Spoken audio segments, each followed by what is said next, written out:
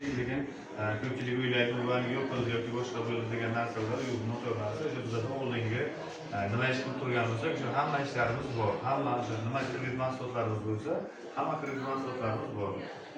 Mana bugungi kunda yirik fuqarolarimiz, ishsiz fuqarolarimizga ham 17 milliongacha moliyaviy ko'mak kreditlarini, agar o'zida imtiyozli kredit olib yotgan bo'lsalar, ularga 50 milliongacha naqd shaklda kredit beryapmiz. Xotin-qizlarga 24% da, erkaklar uchun, yigitlar uchun 25% da naqd shaklda 3 yilga kreditlar ajratyapmiz.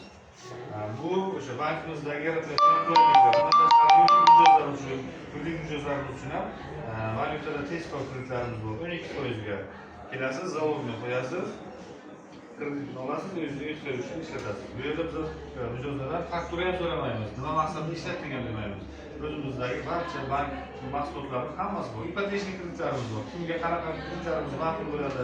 Ipotechani o'zlaringiz farzandlaringiz oladigan bo'lsalar, hammalaringizga kreditlar oladigan bo'lsangiz ham bemalol ipotechnik kreditlarimiz bor. Nordon olamazdan ishlayib turgan bo'lsangiz, agar ishlamayotgan bo'lsangiz, 40% gacha uyni boshlanish va'dasini bersangiz, sizga ham beramiz. Kredit bor.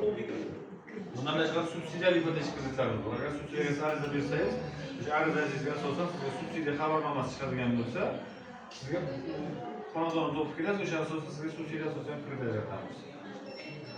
Bu bo'yicha qanaqadir tushunmagan savollaringiz bo'lsa yoki bankimiz uchun qanaqa savollaringiz bo'lsa, bemalol berishlaringiz mumkin. 12%lik valyutni dedingizki, turib gapirmang. o'shani imtiyozlari ham bormi o'shalar? Bor. Kredit muddati 3 yilga, imtiyozli davri 6 oy. Yakka tartibda tadbirkorlar uchun 300 ming dollargacha, yuridik, ya'ni MCJ va korxonalar uchun 250 ming dollargacha AQSh dollaridan ajratiladi. 12% ga 3 yilga 6 oy imtiyozli davr asosida.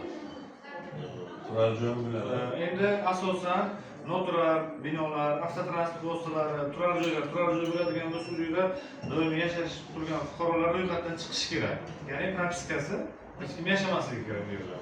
Shundagina, misol uchun, bu garovga qabul qilinadi. Kimlar ro'yxatda turgan bo'lsa, buni biza garov bo'lishga, taqiq qo'yishga haqqimiz yo'q. Shuning uchun ham bu garovdan chiqariladi. Mana shunaqa. 12% ga kelib olasiz, sizga konvertatsiya qilib o'sha summani so'mga aylantirib beramiz. Agar siz xohlasangiz, yo'q, men dollarni o'zida qo'yganman, dollarni o'zida Xitoyga yoki boshqa davlatga pul chiqaraman desangiz, o'sha davlatga shartnoma keltirib, o'sha davlatga o'sha summani valyutaga ko'chirib beramiz. Hech qanaqa masala yo'q. Mijozlarga qanaqa qulaylik bo'lsa, o'sha ishni qilib beramiz. Yana biror savollaringiz bo'lsa, tushunmagan joylaringiz bo'lsa, bemalol berishingiz mumkin. Hammalarga rahmat.